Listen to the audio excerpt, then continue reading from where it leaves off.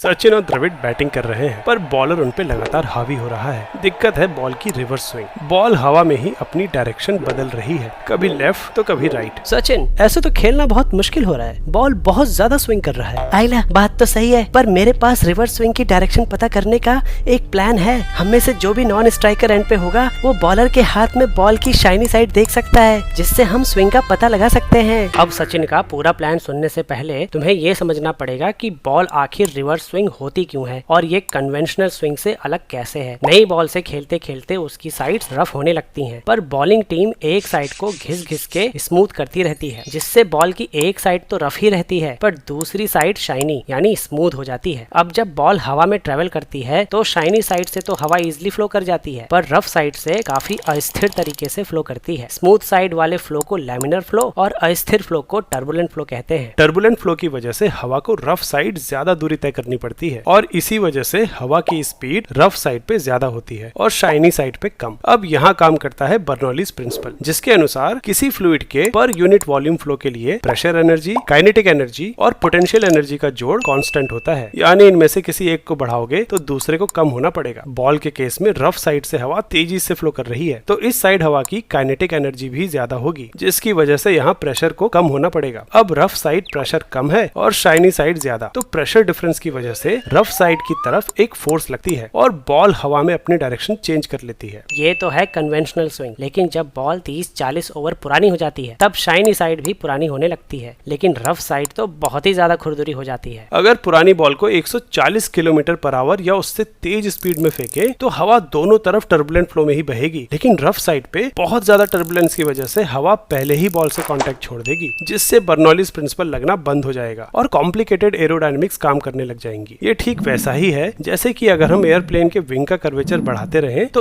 एक पॉइंट के बाद हवा पीछे तक ट्रेवल करने के बजाय पहले ही ब्रेक हो जाएगी और अब ये स्ट्रीमलाइन फ्लो नहीं रहेगा। ऐसे केस में बॉल अब रफ साइड से शाइनी साइड की तरफ स्विंग होने लगेगी। सचिन को भी पता है कि बॉल इतनी पुरानी हो चुकी है कि फास्ट बॉलर अब उसे रिवर्स स्विंग करा सकता है। अगर बॉलर के हाथ में बॉल की शाइनी साइड लेफ्ट में है तो नॉन स्ट्राइकर लेफ्ट हैंड में बैट पकड़ेगा और राइट साइड में है तो राइट हैंड में, जिससे बैट्समैन को पता चल जाएगा कि बॉल किस तरफ स्विंग होने वाली है। फिर क्या था, नॉन स्ट्राइकर बॉल देख के सिग्नल देता रहा और स्ट्राइकर बॉल को आराम से खेलता रहा और अपोजिशन टीम